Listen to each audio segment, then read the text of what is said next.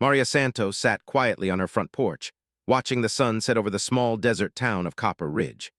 The wooden chair creaked gently as she rocked back and forth, her weathered hands holding a cup of coffee that had long gone cold. At 62 years old, she had the kind of face that told stories without words, deep lines around her eyes from years of squinting in the desert sun, and a mouth that rarely smiled anymore. The town had changed so much since she and her husband Roberto had first moved here 30 years ago. Back then, it was a peaceful place where everyone knew each other's names and children could play in the streets without fear. Now, broken windows and graffiti marked many of the buildings, and people hurried past each other without making eye contact. Maria's small adobe house sat at the end of Cactus Street, surrounded by a garden she had lovingly tended for decades.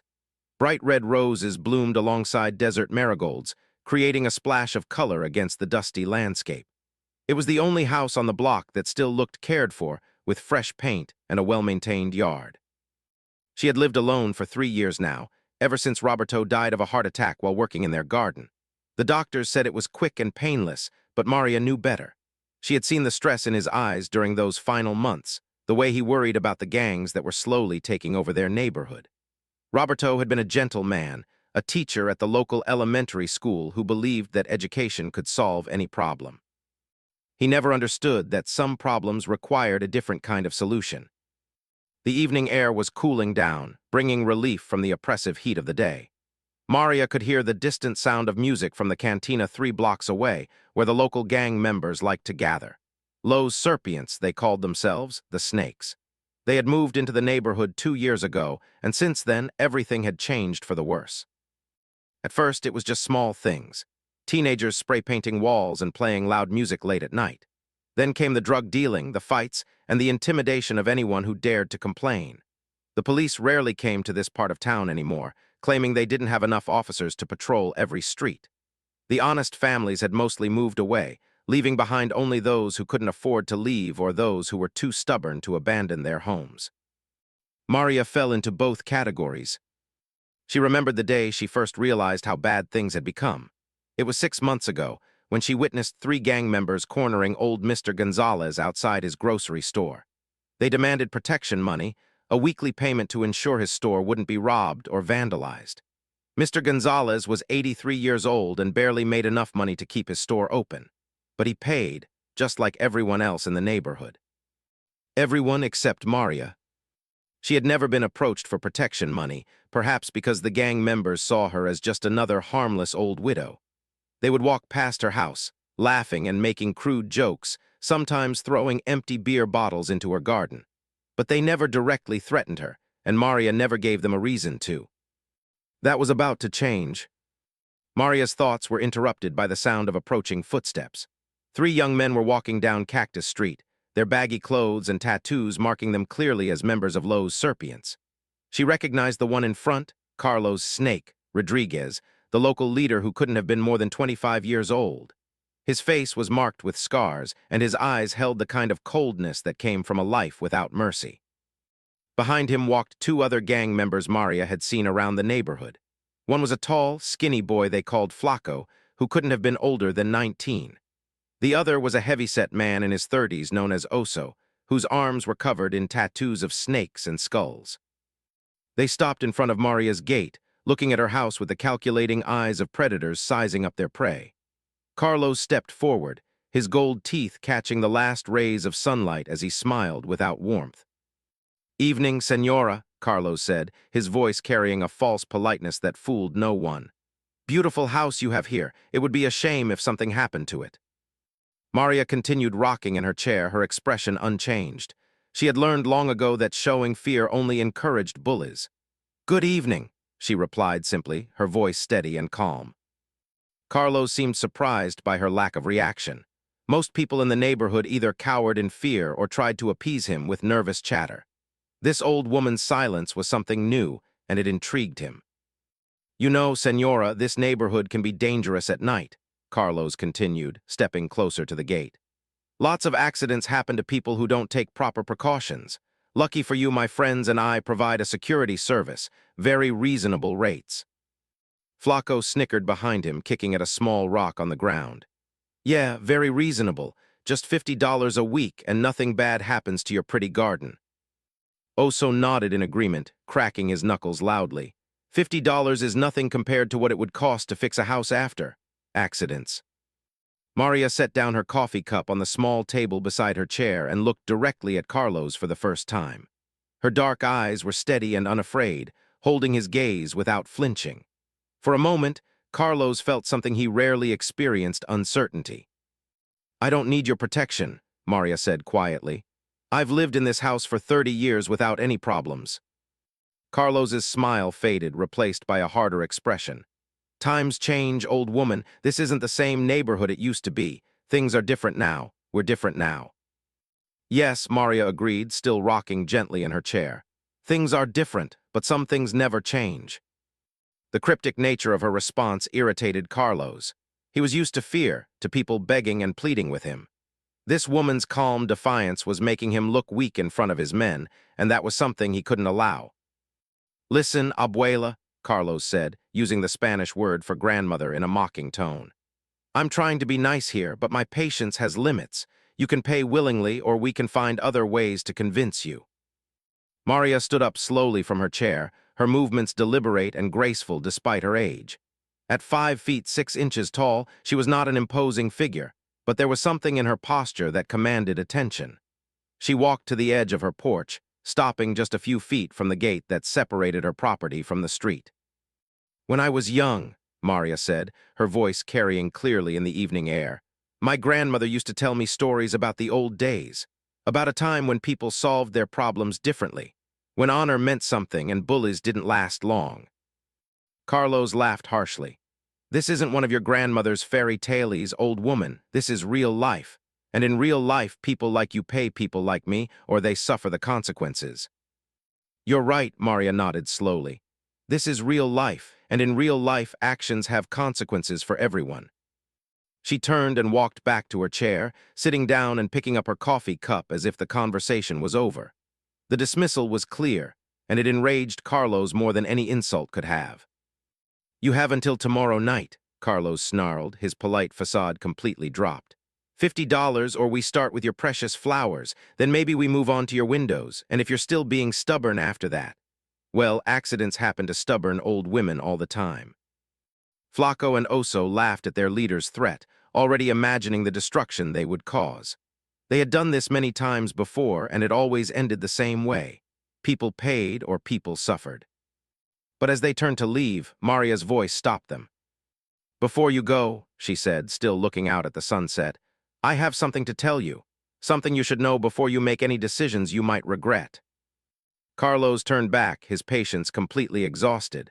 "What could you possibly tell us that we need to know?" Maria was quiet for a long moment, and when she spoke, her voice carried a weight that hadn't been there before. 35 years ago, before I came to this town, I lived in a very different place. A place where survival meant learning from the best teachers available. Teachers who understood that sometimes the most dangerous predators look like harmless prey. The 3 gang members exchanged glances, unsure what to make of the old woman's words. Carlos stepped closer to the gate, his eyes narrowing with suspicion.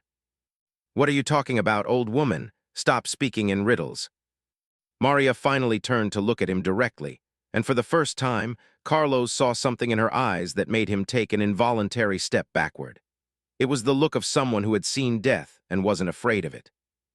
"I'm talking about my first husband," Maria said simply. "Joseph Running Bear. He was Apache. Full-blooded, raised on the reservation by his grandfather who learned the old ways from warriors who fought alongside Geronimo." The mention of Geronimo sent a chill through the air. Even in their ignorance, the 3 young men had heard stories of the legendary Apache warrior and the fierce fighters who followed him. "Joseph taught me many things during the 5 years we were married," Maria continued, her voice taking on a dreamy quality as she remembered. "How to read the wind and the stars, how to move without sound across any terrain, how to find food and water in the desert, and most importantly, how to fight when fighting was the only option left." Carlos tried to maintain his bravado, but something about the woman's tone made him nervous. "That's ancient history, old woman. Your Apache husband isn't here to protect you now." "No," Maria agreed sadly. "Joseph died in a car accident 5 years after we married, but his grandfather, Thomas White Eagle, took me in as family. He said Joseph would have wanted someone to continue my training. Thomas was one of the last true blade masters of the Apache people. He taught me secrets that most white people never learned, secrets that have been passed down through generations of warriors. She paused, taking a sip of her cold coffee before continuing. Thomas taught me that a blade is more than just a weapon. In the right hands, it becomes an extension of the soul. He taught me 67 different ways to use a knife, 17 ways to throw a tomahawk with deadly accuracy, and how to craft weapons from things most people would consider harmless. Flacco shifted nervously, his earlier confidence beginning to waver. "You're lying, old woman. You're just trying to scare us." Maria smiled for the first time since they had arrived, but it wasn't a warm smile. It was the smile of someone who held secrets that others couldn't imagine. After Thomas died, I left the reservation and eventually met Roberto. We moved here and I put away my old life. I became a teacher like my second husband. I learned to love peace and quiet. I tended my garden and tried to forget the things I knew. But the knowledge never leaves. It just sleeps, waiting for the right moment to wake up. She stood up again, and this time her movements seemed different. More fluid, more purposeful. Even without doing anything threatening, she suddenly seemed more dangerous than before. For 30 years, I've been Maria Santos, the quiet widow who tends her roses and minds her own business. But before that, I was Maria Running Bear, trained by Apache blade masters to survive in a world where only the strongest live to see another sunrise. Carlos felt sweat beating on his forehead despite the cooling evening air. This was not going the way these encounters usually went. Most people were terrified by now, ready to pay whatever he demanded. This woman seemed to be growing calmer and more confident with each passing moment. "You're bluffing," he said, but his voice lacked its earlier conviction. "You think you can scare us with stories about dead Indians and old warriors? This isn't the Wild West, Abuela. This is the 21st century. "You're absolutely right," Maria nodded. "This is the 21st century, but some skills are timeless. The ability to move silently through darkness, the knowledge of where to strike to cause maximum damage with minimum effort, the patience to wait for exactly the right moment to act." She walked to the edge of her porch again, and this time her movements were unmistakably those of a predator. Every step was perfectly balanced, every gesture controlled and purposeful. "I'm going to give you young men some free advice," Maria said, her voice taking on a tone of authority that made all 3 gang members stand straighter without realizing it. "There are old warriors and there are bold warriors, but there are very few old, bold warriors. The ones who survive to old age do so because they learned when to fight and when to walk away." She pointed a weathered finger at Carlos, and he found himself unable to look away from her eyes. "Tomorrow night, when you come back to collect your protection money, you'll be making a choice. You can choose to walk away and find easier prey, or you can choose to discover why Apache blade masters were feared by the U.S. Army for over 200 years. The silence that followed was broken only by the distant sound of wind rustling through the desert grass. Carlos wanted to say something tough, something that would restore his authority in front of his men. But the words wouldn't come. Something about this woman had changed, and he couldn't quite understand what it was. "We'll be back tomorrow night," he finally managed to say, his voice hoarser than he intended. "And you better have our money ready." But as the 3 gang members walked away, Carlos couldn't shake the feeling that he had just made a terrible mistake. Behind them, Maria sat back down in her rocking chair and picked up her coffee cup, resuming her quiet vigil as the last light faded from the western sky.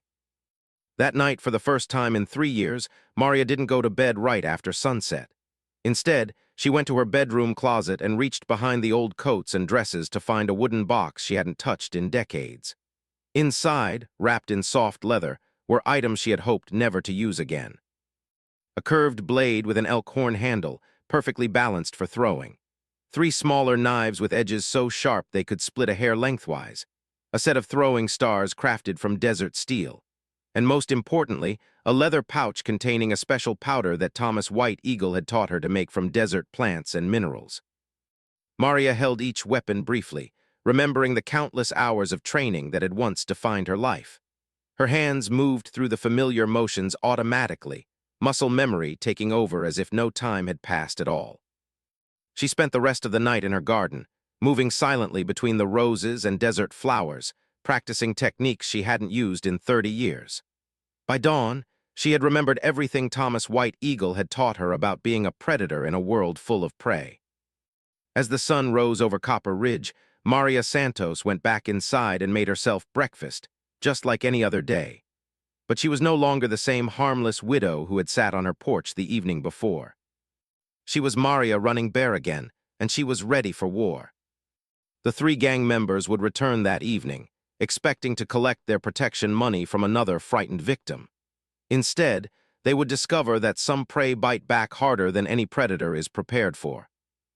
And in a small desert town where justice had been forgotten, an old woman was about to remind everyone why respect must be earned, not demanded. The next morning brought scorching heat to Copper Ridge, the kind that made the asphalt shimmer like water and drove sensible people indoors by 10 o'clock. Maria woke before dawn, as had been her habit for decades, and began her daily routine with a calmness that would have surprised anyone who knew what she was preparing for. She made coffee in the same blue ceramic pot Roberto had bought her for their 10th wedding anniversary, then stepped onto her back patio to water the garden. But today was different. Today, she noticed things that had become invisible through years of peaceful routine.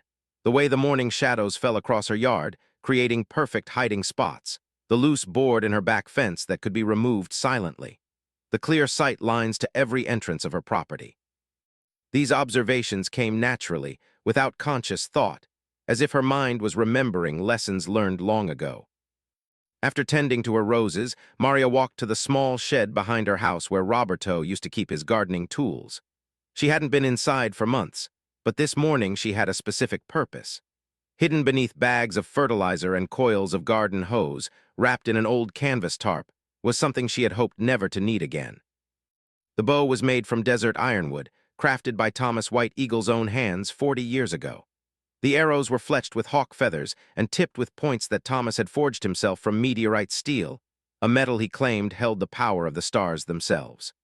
Maria ran her fingers along the smooth wood, remembering the 1,000 hours she had spent learning to use it with deadly precision. A gun makes noise, Thomas had told her during those long training sessions in the Arizona mountains. A gun leaves evidence. A gun can jam or run out of bullets, but a bow is silent and an arrow can be retrieved and used again. In the hands of a master, it is more deadly than any modern weapon. Maria tested the bowstring, surprised to find it still held tension after all these years. Thomas had made it from sinew and plant fibers using techniques passed down through generations. Like everything he created, it was built to last. She selected 3 arrows from the quiver, examining each point carefully.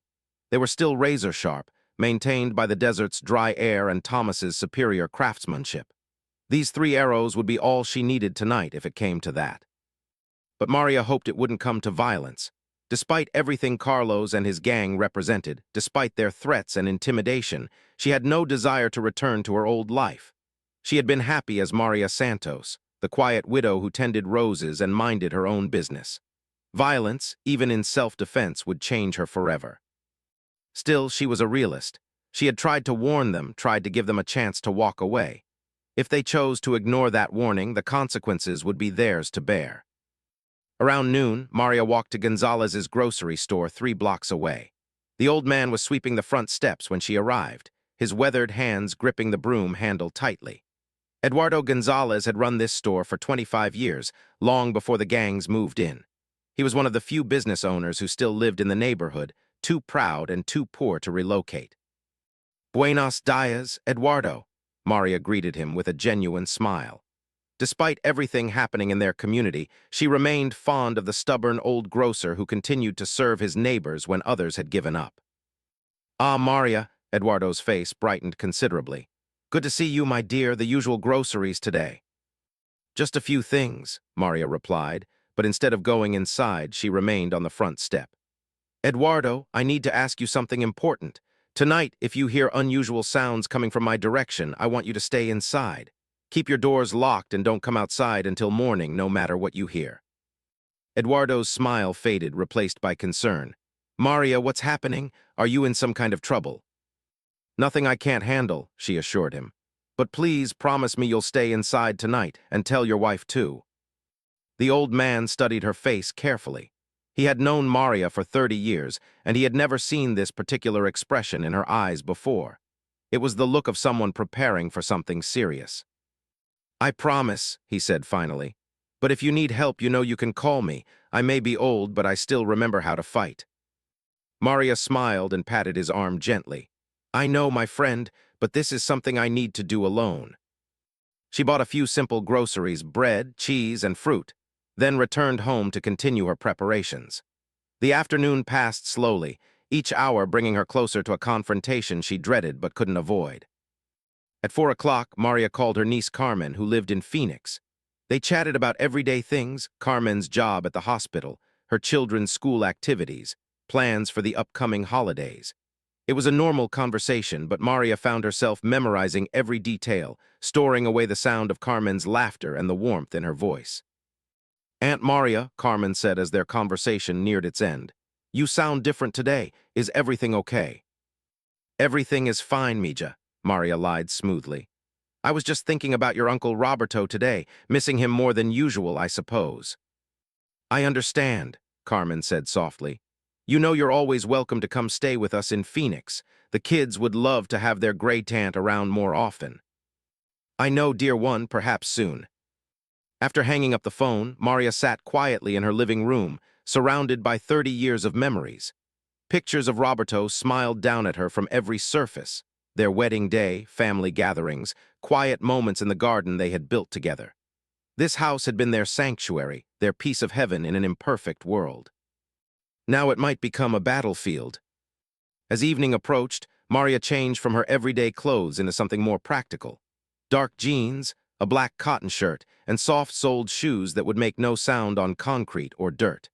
She braided her gray hair tightly against her head and wrapped a dark bandana around it. Looking in the mirror, she was struck by how much she resembled the young woman Thomas White Eagle had trained so many years ago. The same dark eyes, the same determined set to her jaw. Only the lines on her face and the silver in her hair marked the passage of time. At 7 o'clock, she took the bow and arrows from the shed and carried them to her bedroom. She placed them on the bed, then knelt beside them and closed her eyes. "Grandfather Thomas," she whispered, using the title he had insisted she call him, "if you're watching from the spirit world, guide my hands tonight. Let me be swift and merciful, and if possible, let me avoid bloodshed altogether." She felt no supernatural presence, heard no mystical voice offering guidance. But somehow, the simple act of speaking to Thomas's memory calmed her nerves and focused her mind. At 8:30, as the last light faded from the western sky, Maria heard the sound she had been expecting. Footsteps on gravel, multiple sets, moving without any attempt at stealth. Carlos and his men were approaching, confident in their power and certain of victory. Maria moved to her front window and peered through the curtains. The 3 gang members were walking down Cactus Street, but this time they weren't alone. 2 additional men accompanied them, reinforcements brought to ensure that the stubborn old woman understood her place in the new order. She recognized one of the new arrivals as Miguel Bones Rivera, Carlos's lieutenant and a man with a reputation for extreme violence. The other was younger, probably a new recruit eager to prove his worth to the gang. All 5 men carried weapons, baseball bats, chains, and at least one gun that Maria could see. They stopped in front of her gate, spreading out in a loose semicircle that would make escape impossible for an ordinary person. But Maria was not an ordinary person, and escape was not on her mind. "Senora Santos," Carlos called out, his voice carrying false cheer. "We're back for our business arrangement. I hope you've had time to reconsider our generous offer." Maria didn't answer immediately. Instead, she moved silently to her back door, slipping outside and making her way through the darkness to a position behind the group. The bow was in her hands, an arrow nocked but not yet drawn. "Maybe she's not home," suggested Flaco, though his voice betrayed nervousness. "Oh, she's home," Miguel said with certainty. "I can smell her fear from here. They always try to hide, but it never works." "Senora," Carlos called again, louder this time. "Don't make this more difficult than it needs to be. Come out and we can settle this like civilized people." When there was still no response, Carlos nodded to his men. "Check the windows. If she won't come out, we'll go in." The young recruit moved toward the front porch, his baseball bat held ready for destruction. That was when Maria made her presence known. I wouldn't do that if I were you. All 5 men spun around, searching for the source of the voice. Maria stood 20 feet behind them, barely visible in the darkness, the bow held at her side but ready to be raised in an instant. "How did you get behind us?" Miguel demanded, his hand moving toward the gun tucked into his waistband. "I've been behind you since you arrived," Maria replied calmly. "I wanted to give you one last chance to reconsider. Walk away now and no one gets hurt." Carlos laughed, though it sounded forced. "You think you can scare us with a toy bow and arrow? This isn't some cowboy movie, old woman. This is real life." "Yes," Maria agreed. "It is real life, and in real life arrows kill just as effectively as bullets, perhaps more so because they make no noise when they fly." To demonstrate her point, she raised the bow and drew back the string in one fluid motion. The arrow was aimed directly at Carlos's chest, and even in the dim light, he could see that her aim was perfectly steady. "You're bluffing," Carlos said, but his voice had lost much of its confidence. "You won't shoot. You're just a harmless old lady." "You may be right," Maria admitted. "I hope you're right, but are you willing to bet your life on it?" The standoff continued for several long moments, with neither side willing to make the first move. Maria's arms showed no tremor, no sign of fatigue from holding the drawn bow. Years of training had given her the strength and endurance to hold this position for as long as necessary. It was Oso who finally lost his patience. With a roar of anger, he charged toward Maria, his chain-wrapped fist swinging in a wide arc intended to knock the bow from her hands. Maria's response was instantaneous and devastating. She shifted her aim slightly and released the arrow, then immediately knocked a second one before the first had even reached its target. The arrow struck Oso in the right shoulder with tremendous force, spinning him around and sending him crashing to the ground. The meteorite steel point punched completely through his shoulder and embedded itself in a fence post behind him, pinning him in place. "Dios mío," Flaco gasped, staring at his injured companion. "She actually shot him."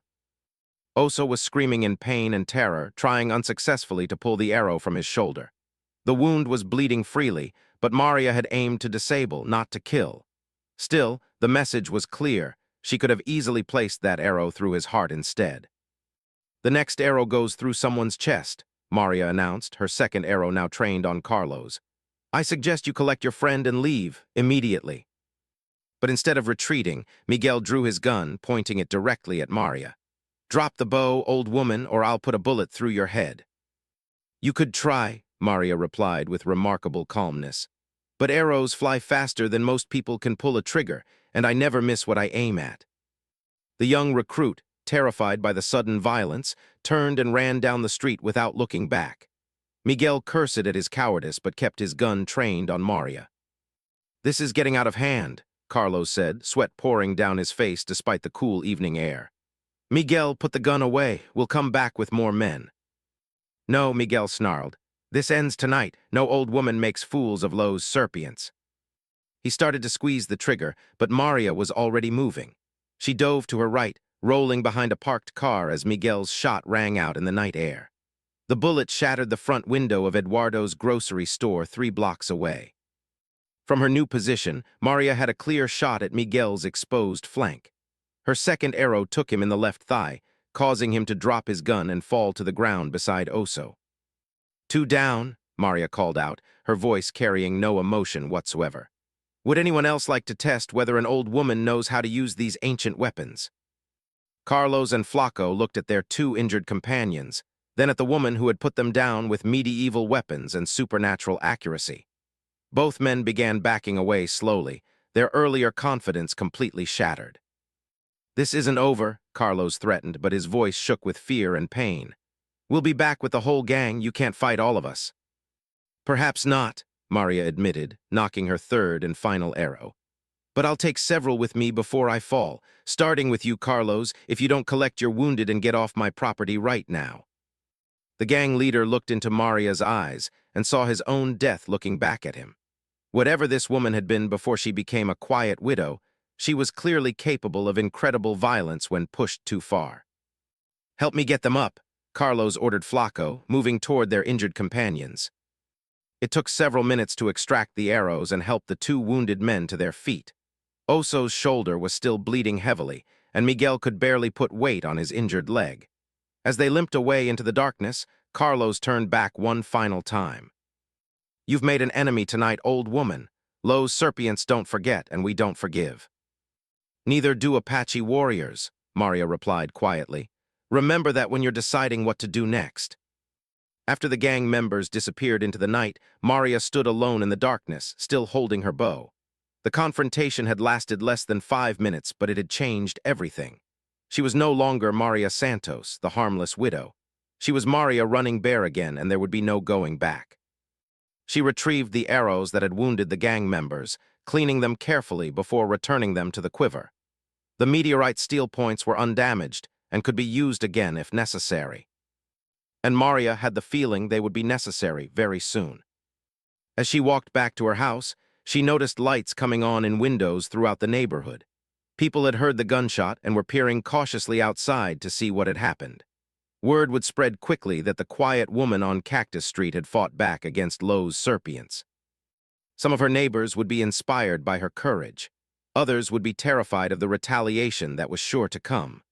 But all of them would remember this night as the moment when someone finally stood up to the gang that had terrorized their community for too long. Maria put away her weapons and sat on her front porch just as she had the night before. But everything was different now. The war had begun, and there would be no peace until it was finished one way or another. In the distance, she could hear sirens approaching. Someone had called the police about the gunshot. They would find broken glass and some blood, but no witnesses willing to talk. The code of silence that protected gangs would also protect her, at least for now. As the sirens grew closer, Maria smiled grimly. Carlos thought he was bringing war to a harmless old woman. Instead, he had awakened something that had been sleeping for 30 years. And now the Apache Blade Master was awake and ready to remind everyone why some battles are better left unfought. The police arrived 20 minutes after the gunshot, their red and blue lights painting the quiet street in alternating colors of urgency.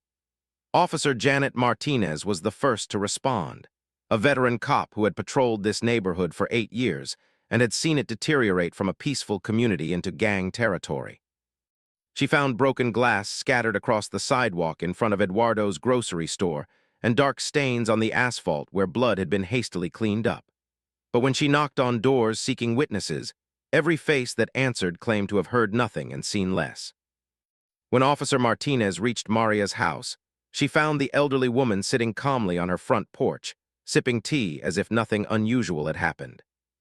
"Good evening, Mrs. Santos," Officer Martinez said, approaching the gate cautiously. She had responded to several calls on this street over the past 2 years, and she knew about the gang's protection racket. "We received reports of gunfire in this area. Did you hear anything unusual tonight?" Maria looked up with the innocent expression of someone whose biggest concern was whether her roses were getting enough water. "I heard what sounded like a car backfiring about 20 minutes ago. Very loud. It frightened me quite a bit." Officer Martinez studied the older woman's face carefully. In her experience, people who lived in gang-controlled neighborhoods fell into 2 categories: those who were terrified to speak and those who genuinely hadn't seen anything. Maria Santos appeared to fall into the latter category, but something about the situation felt wrong. "Have you had any problems with gang members in this area, Mrs. Santos? Any threats or demands for money?" "Oh no, officer," Maria replied with convincing sincerity. "The young people in this neighborhood have always been very respectful to me. I think they see me as a harmless grandmother figure." The policeman made notes in her report, but she couldn't shake the feeling that she was missing something important. The blood evidence suggested someone had been seriously injured, yet no one had shown up at any local hospital with gunshot wounds. Gang members usually sought medical attention immediately after being shot, even if it meant risking arrest. "Well, if you think of anything else, please give us a call," Officer Martinez said, handing Maria her business card. "And be careful out here, especially at night. This neighborhood can be dangerous." "I appreciate your concern," Maria replied warmly. "But I've lived here for 30 years without any problems. I think I know how to take care of myself." After the police left, Maria remained on her porch until well past midnight, listening to the sounds of the night and thinking about what would come next. She had wounded 2 gang members and humiliated their leader in front of witnesses. In the world of street gangs, Such actions demanded retaliation, or Los Serpients would lose credibility with their rivals and their own members. Carlos would return, and when he did, he would bring overwhelming force. Maria went inside and began making more extensive preparations. From her bedroom closet, she retrieved additional weapons that Thomas White Eagle had insisted she learn to use. A pair of tomahawks with razor-sharp edges and perfect balance for throwing. Several knives of varying lengths, each designed for specific purposes. And most importantly, a medicine bag containing herbs and powders that could be used to create various effects. She spent the early morning hours crafting special arrows, each one designed for a specific purpose. Some were tipped with points dipped in a paralytic poison derived from desert plants. Others carried small clay vessels filled with Thomas's special smoke powder that would create instant concealment. A few were equipped with incendiary tips that would ignite on impact. These were not weapons for wounding or warning. These were weapons for war. As dawn approached, Maria realized she couldn't defend her property alone against a large group of attackers. She needed allies, and she knew exactly where to find them. At 8 o'clock that morning, she walked to Eduardo's grocery store, where the old man was sweeping up the glass from his shattered window. "I'm sorry about your window, Eduardo," Maria said genuinely.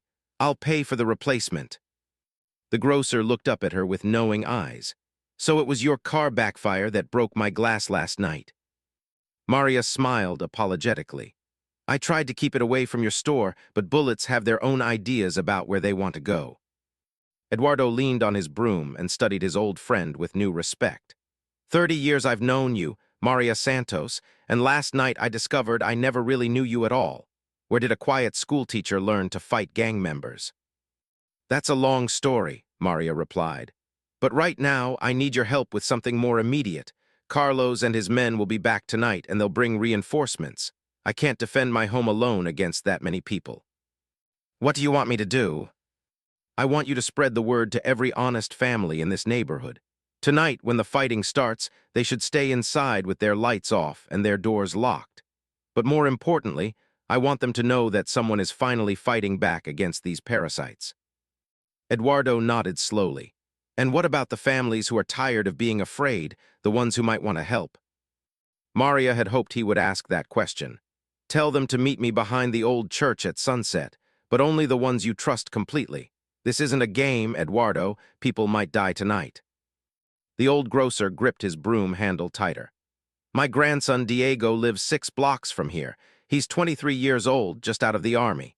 He came home expecting to find the neighborhood where he grew up, but instead he found this mess. He's been talking about moving away because he can't stand to watch what's happening here." "Bring him," Maria said without hesitation. "But make sure he understands what he's signing up for. This isn't a protest or a neighborhood watch meeting. This is war." Over the course of the day, word spread quietly through the community. Not everyone was interested in fighting back. Many families were too frightened or too convinced that resistance was hopeless. But a small group of men and women began gathering behind the old Catholic church as the sun set over Copper Ridge. Maria arrived to find 12 people waiting for her. Besides Eduardo and his grandson Diego, there was Carmen Reyes, a nurse who had treated too many victims of gang violence. Miguel Santos, no relation to Maria, a construction worker whose daughter had been threatened by gang members at her high school. Rosa Gutierrez, a widow whose husband had been killed trying to resist a robbery 2 years earlier, and several others, all united by their refusal to live in fear any longer. "I want to be clear about what we're doing here," Maria addressed the group in a voice that commanded attention. "Los Serpients have turned our neighborhood into their personal territory. They extort money from our businesses, sell drugs to our children, and terrorize anyone who opposes them. The police can't or won't stop them." Diego stepped forward, his military bearing evident despite his civilian clothes. "What's your plan, Senora? We're all ready to fight, but we need coordination and tactics if we're going to succeed." Maria smiled at the young veteran's directness. "The plan is simple. We turn their own tactics against them. They use fear and intimidation to control the neighborhood. Tonight, we're going to show them what real fear looks like." She spread out a hand-drawn map of the neighborhood on an old table behind the church. "Carlos will probably bring 15 to 20 men. They'll expect me to be alone and vulnerable in my house. Instead, we're going to be waiting for them in positions they won't expect." For the next hour, Maria outlined her strategy with the precision of a military commander. Each person was assigned a specific position and responsibility. Some would be hidden observers, ready to call for police backup when the fighting was over. Others would be positioned to cut off escape routes. The few with combat experience would be placed where the fighting was likely to be heaviest. "One more thing," Maria said as the meeting concluded. "I want everyone to understand that we're not murderers. Our goal is to drive Lowe's serpients out of our neighborhood, not to kill unnecessarily. But if they force us to choose between their lives and our freedom, we choose our freedom." As the group dispersed to take their positions, Diego approached Maria privately. "Senora, can I ask you something? Eduardo told me you learned to fight from Apache warriors. Is that really true?" Maria looked at the young soldier and saw the same question in his eyes that she had been asking herself all day. Was she really capable of the violence she was planning? 40 years ago, I was married to a man named Joseph Running Bear.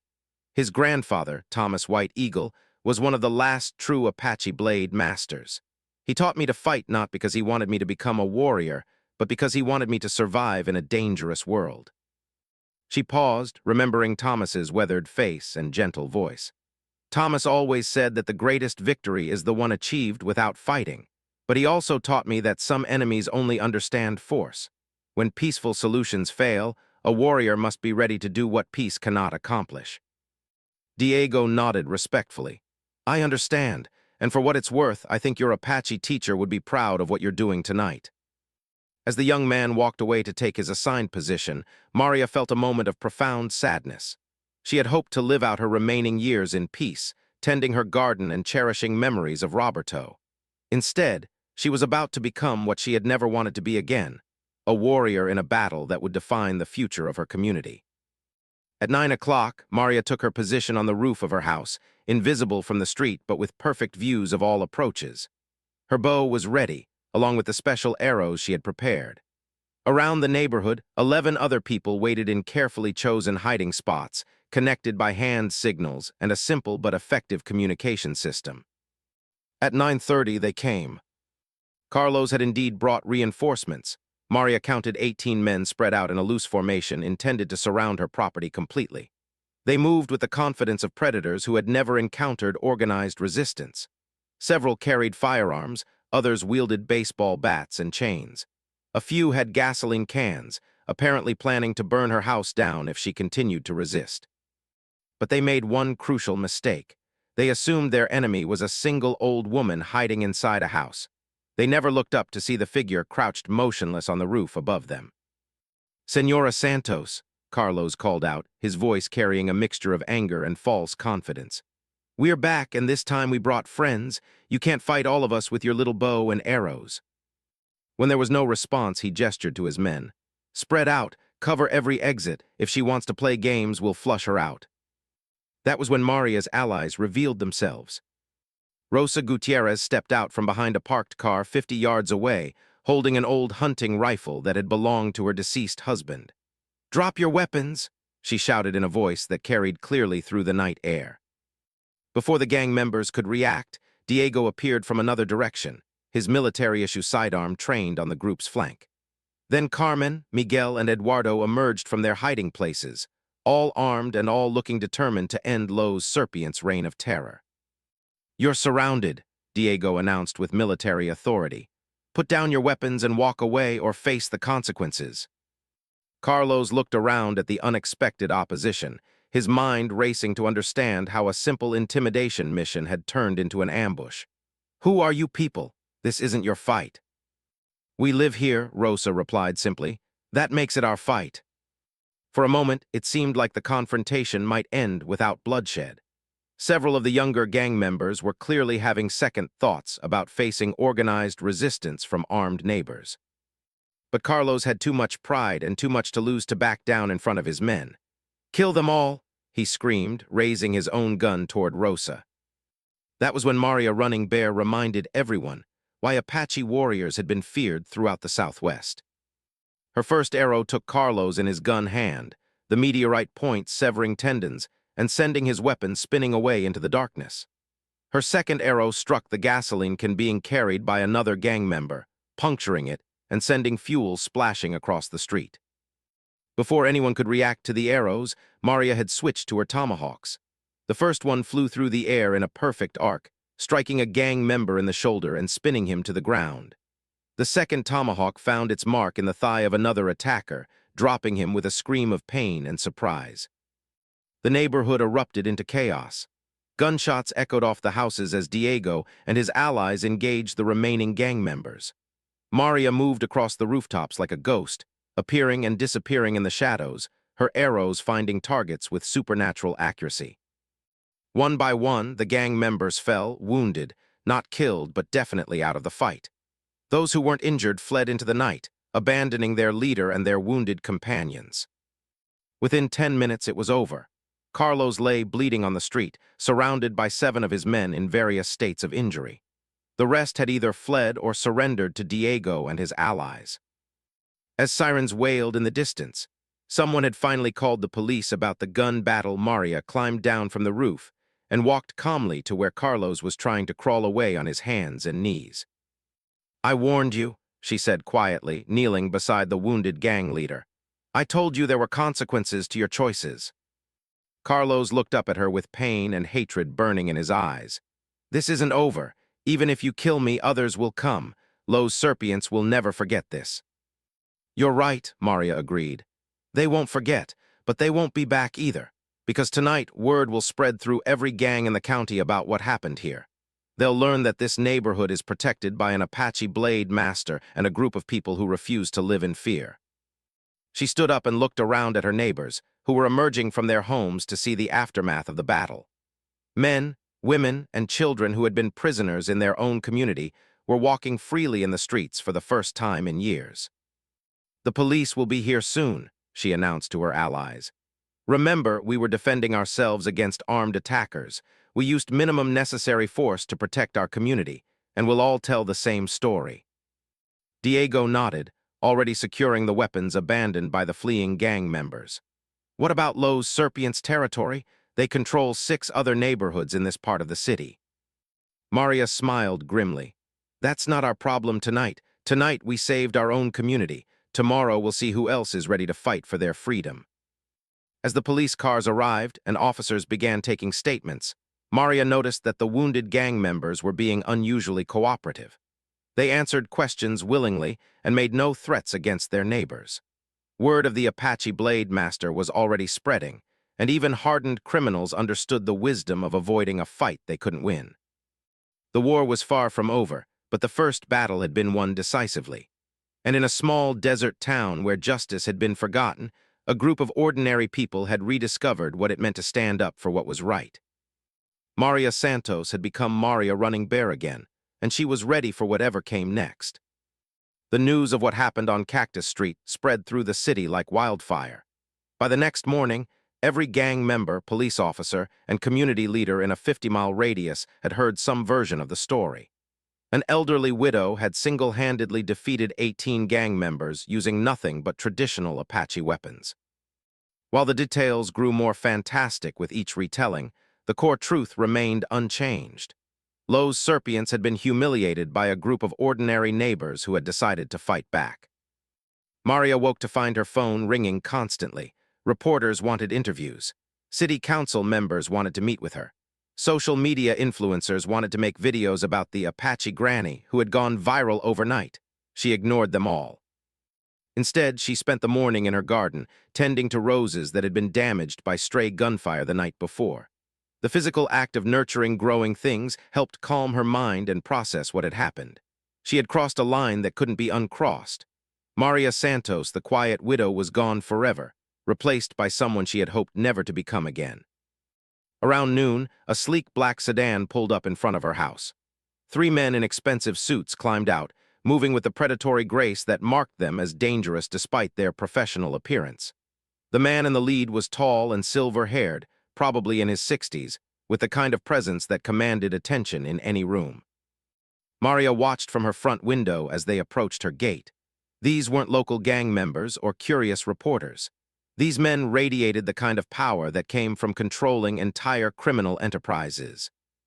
The silver-haired man stopped at her gate and waited politely until Maria emerged from her house. "Mrs. Santos," he said with a slight accent that might have been European. My name is Vincent Marchetti. I wonder if we might have a conversation. Maria had heard the name before. Vincent Marchetti was rumored to be the head of organized crime operations throughout the Southwest. If he was standing at her gate, it meant last night's battle had attracted attention from much more dangerous people than Carlos and his street gang. What can I do for you, Mr. Marchetti? Maria asked, remaining on her porch while he stayed on the other side of the gate. I wanted to meet the woman who has caused such a stir in our community, Marchetti replied with what appeared to be genuine respect. What you accomplished last night was impressive. 18 armed men defeated by a handful of neighbors and one very skilled warrior. I was defending my home, Maria said simply. Nothing more. Marchetti smiled, but it didn't reach his eyes. Mrs. Santos, I've been in this business for 40 years. I know the difference between a lucky housewife and a trained killer. Your precision, your tactics, your ability to coordinate multiple combatants. These things don't come from gardening and volunteer work. He paused, studying her face carefully. I also know that Lowe's Serpients was paying protection money to my organization. They were franchisees, you might say, operating under our umbrella in exchange for a percentage of their profits. Maria felt a chill run down her spine. This was worse than she had imagined.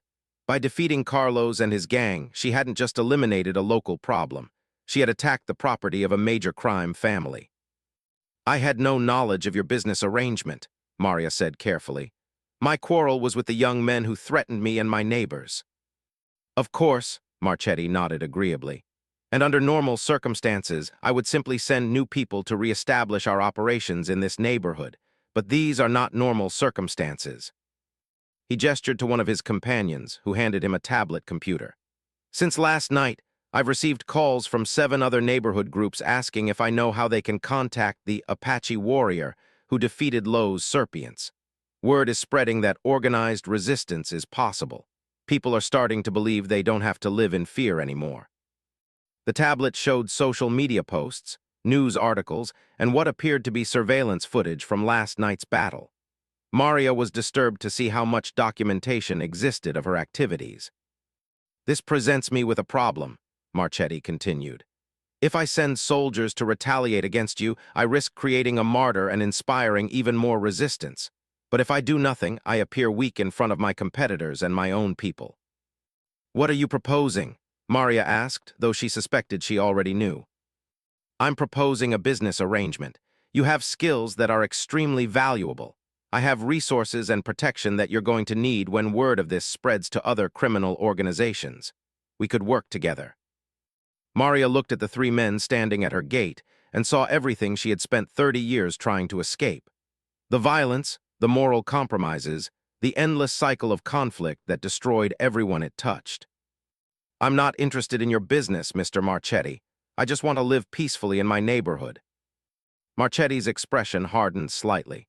Mrs. Santos, I'm trying to be reasonable here, but you need to understand the situation you've created. Lowe's Serpients was connected to larger organizations. Their defeat has caused ripple effects that extend far beyond this neighborhood. He handed the tablet back to his companion and fixed Maria with a direct stare. Within the next week, representatives from at least 3 rival organizations will visit this area. They'll want to know if you're available for hire, if you're planning to expand operations, or if you need to be eliminated as a potential threat. And what's your recommendation? Maria asked. Accept my protection and work with me. I can keep the others away and give you legitimate targets for your talents.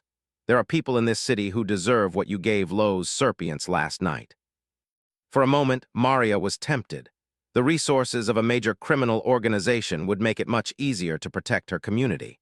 But she remembered Thomas White Eagle's teachings about the warrior's path. A true warrior fights only when necessary, Thomas had told her during their final training session. But once you become a weapon for others to use, you stop being a warrior and become just another tool for evil. Thank you for the offer, Maria said with finality, but I'll have to decline. Marchetti's face showed no surprise, though his companions shifted nervously.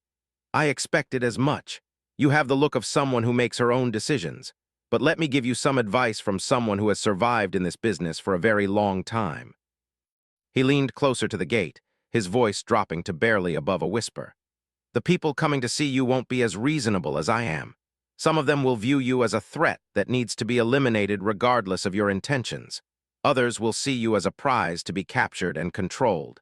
And a few will simply want to test themselves against the legendary Apache Blade Master. I understand the risks, Maria replied. Do you? Because this isn't just about you anymore. Your neighbors who helped you last night are now marked as well. Their faces are on surveillance footage. Their names are in police reports. Anyone who wants to hurt you has a dozen soft targets they can go after first. This was the possibility that Maria had been dreading. By accepting help from her neighbors, she had put them all in danger. What would you suggest? She asked. Let me offer protection to the people who helped you. No strings attached, no payment required. Just insurance that your allies don't suffer for their courage. Maria studied Marchetti's face, trying to read the truth behind his words. In her experience, men like him rarely offered something for nothing, but the safety of her neighbors was more important than her own principles. And in return, nothing immediate, but someday I might need a favor from someone with your particular skills. When that day comes, I'd like to know I can count on your cooperation. It was exactly the kind of open-ended obligation that Maria knew better than to accept. Once she owed a favor to Vincent Marchetti, she would never be free of him. I need time to think about it, she said finally. Marchetti nodded and handed her a business card with nothing on it except a phone number. Take all the time you need, but don't take too long. My competitors aren't known for their patience. After the three men drove away, Maria sat on her porch and considered her options. She could try to handle the approaching threats alone, but that would leave her neighbors vulnerable. She could accept Marchetti's protection, but that would make her indebted to a criminal organization. Or she could find a third option that no one was expecting. That afternoon, she drove to Phoenix to visit her niece Carmen at the hospital where she worked. Carmen was a nurse in the emergency department, and over the years, she had mentioned several colleagues who had military or law enforcement backgrounds. Aunt Maria, Carmen exclaimed when she saw her. I saw the news reports about what happened in your neighborhood. Are you okay? I'm fine, Mija, Maria assured her. But I need to ask you about something. You've mentioned working with veterans who have trouble adjusting to civilian life. Are any of them looking for work? Carmen looked puzzled. What kind of work? Security work. I think my neighborhood is going to need professional protection for a while. Over coffee in the hospital cafeteria, Carmen introduced Maria to Dr. James Clearwater, a Navajo physician who ran a support group for Native American veterans. Dr. Clearwater was intrigued by Maria's story, especially when she mentioned her training with Thomas White Eagle. I knew Thomas, Dr. Clearwater said quietly. He was legendary among the traditional teachers. If he trained you, you're more dangerous than anything these urban gangs have ever faced. The problem is that my actions have attracted attention from people much more dangerous than street gangs, Maria explained. I need allies who understand both modern warfare and traditional fighting methods. Dr. Clearwater smiled. I think I know exactly the people you need. There's a group of veterans Apache, Navajo, and Hopi who have been looking for a way to use their military training to protect native communities from drug dealers and gangs. They call themselves the Desert Hawks. He pulled out his phone and made a call. 20 minutes later, Maria was talking to Sergeant First Class Robert Crow Feather, a recently retired Army Ranger who had served 3 tours in Afghanistan. Dr. Clearwater told me about your situation, Crow Feather said over the phone.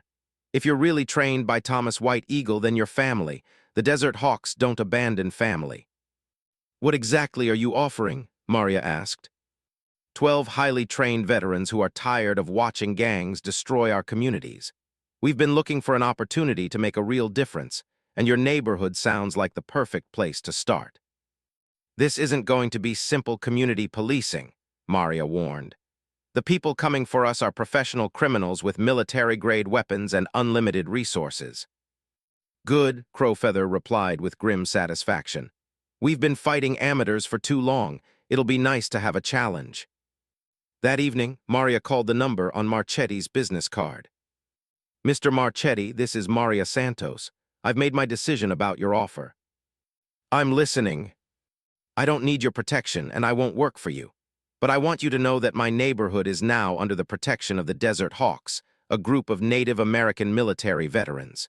If you or your competitors want to test us, you're welcome to try. There was a long pause before Marchetti responded. The Desert Hawks. I've heard rumors about them. Iraqi and Afghan war veterans who specialize in desert warfare. Among other things, Maria confirmed. You're playing a very dangerous game, Mrs. Santos. These veterans may be skilled, but they're still just a dozen men against organizations with hundreds of soldiers. 12 Native American military veterans who know every inch of the desert and have nothing left to lose, Maria corrected. Plus one Apache blade master who's tired of being pushed around by bullies. Another pause. I respect your decision even if I think it's unwise, but my offer of protection for your neighbors still stands, as a gesture of professional courtesy. That's very kind of you, but it won't be necessary. The Desert Hawks protect their own. Very well, I hope you know what you're doing, Mrs. Santos. So do I, Mr. Marchetti. As Maria hung up the phone, she felt a mixture of relief and apprehension. She had rejected the easy path of criminal protection and chosen to trust her fate to a group of warriors who shared her heritage and her values. But she knew that the real test was yet to come. Within days, other criminal organizations would send their representatives to Copper Ridge. They would find not a frightened old woman hiding in her house, but a fortified community defended by some of the most skilled warriors in the American Southwest. The quiet neighborhood war was about to become something much larger and more dangerous. But for the first time since the confrontation with Lowe's Serpients began, Maria felt like she had a real chance of protecting both her home and her principles. The Desert Hawks were coming, and Maria Running Bear would finally have allies who understood what it meant to be warriors in a modern world. The Desert Hawks arrived in Copper Ridge 3 days later, just as the first competitor organizations began sending scouts to assess the situation. 12 veterans in civilian clothes, driving unremarkable vehicles, but carrying themselves with the disciplined bearing that marked them as serious professionals. Sergeant First Class Robert Crow Feather was exactly what Maria had expected, a compact, weathered man in his early 40s whose dark eyes missed nothing, and whose movements were economical and purposeful. He had brought with him 11 other veterans representing various tribal nations and military specialties: snipers, demolitions experts, communications specialists, and close-quarters combat instructors. They established a command post in the abandoned gas station 2 blocks from Maria's house, turning the empty building into a fortress that looked innocent from the outside, but was equipped with sophisticated surveillance equipment and defensive positions. Tell me about the threats we're facing, Crow Feather said as he and Maria reviewed maps of the neighborhood that evening. According to Marchetti, at least 3 organizations are sending people to evaluate the situation. The Kozlov brothers from Eastern Europe, the Yakuza from Lowe's Angels, and a cartel delegation from Mexico. Crow Feather nodded grimly. I know about the Kozlovs. We encountered their weapons dealers in Afghanistan. They're brutal but predictable. The Yakuza are more subtle but equally dangerous. And the cartels, he shook his head. The cartels don't negotiate, they eliminate problems. What's your assessment? Maria asked. Honestly, if this was just about territory or money, I'd say we were outgunned and should consider withdrawing. But this isn't about business anymore. This is about something more important. He pointed to the map, indicating the 12-block area that comprised their neighborhood. Word is spreading beyond criminal organizations. Community groups in 6 other cities have contacted us, asking for help with their own gang problems. If we succeed here, it proves that ordinary people can fight back against organized crime. If we fail, no one else will try, Maria finished. Exactly, so failure isn't an option. Over the next 2 days, the Desert Hawks transformed Cactus Street and the surrounding blocks into something resembling a forward operating base in a war zone. Hidden cameras monitored every approach. Concealed fighting positions were prepared at key intersections. Escape routes and fallback positions were identified and equipped. The neighborhood residents were initially nervous about the military presence, but they quickly realized that these veterans were different from the gangs that had terrorized them. The Desert Hawks were respectful, professional, and genuinely committed to protecting the community rather than exploiting it. Diego, Eduardo's grandson, served as liaison between the veterans and the local residents. His own military experience helped him coordinate activities and ensure that everyone understood their role in the coming conflict. "It's like we're getting ready for a real war," Eduardo commented as he watched Maria practice with her bow on the roof of her house. "We are," Maria replied simply. "The only question is whether it will be a long war or a short one." The answer came sooner than expected. On Friday evening, exactly 1 week after the confrontation with Lowe's Serpients, 3 separate groups of vehicles entered Copper Ridge from different directions. The Kozlov brothers had sent 8 men in 2 black SUVs.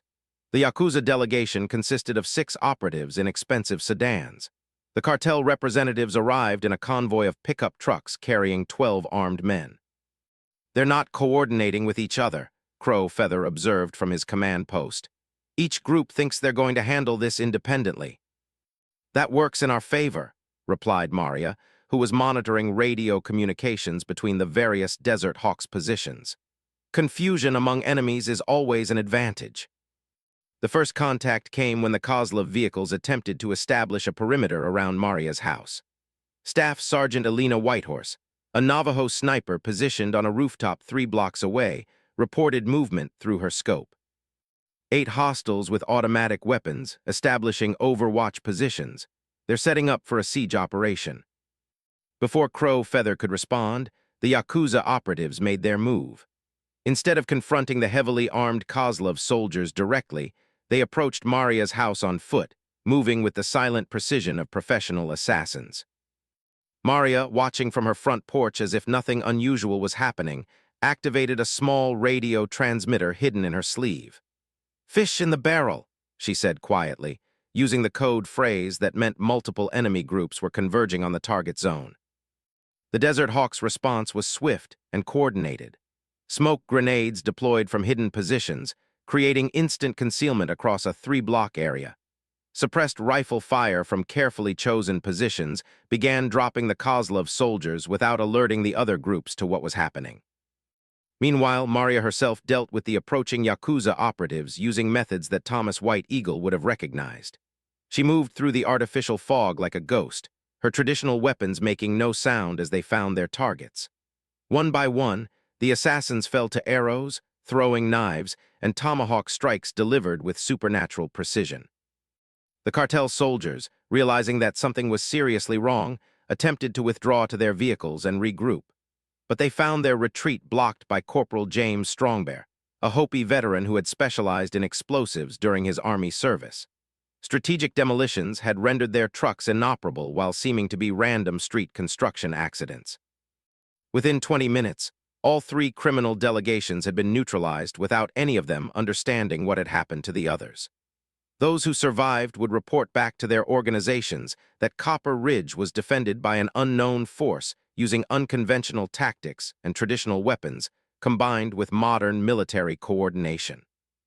But Maria knew that the victory, while decisive, was also temporary. Word would spread through criminal networks that something unprecedented had happened in a small desert town. Some organizations would decide that the risk wasn't worth the potential reward. Others would view the challenge as an opportunity to prove their superior strength.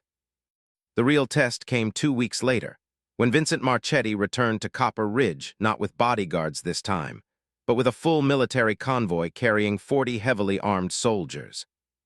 "Mrs. Santos," Marchetti called through a loudspeaker as his forces surrounded the neighborhood, "I tried to handle this diplomatically, but you've forced me to take more direct action.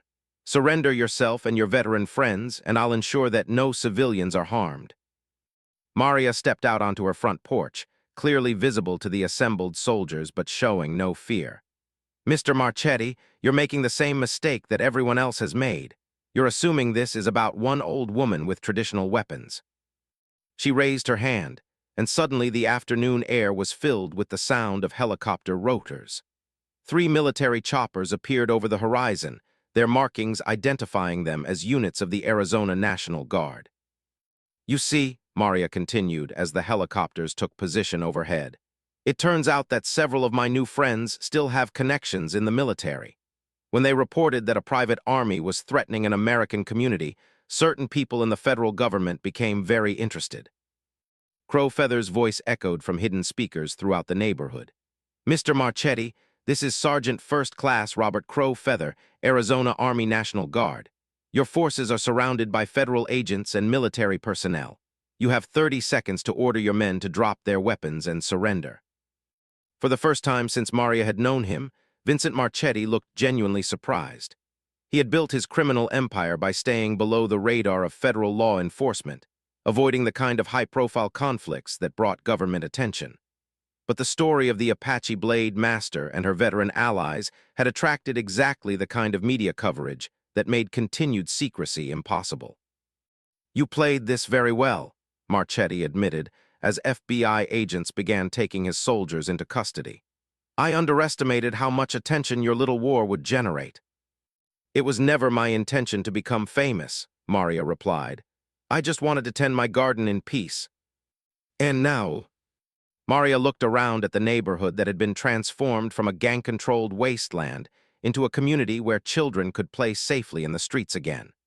The residents who had spent years living in fear were emerging from their homes, watching as the last major threat to their security was neutralized by federal authorities.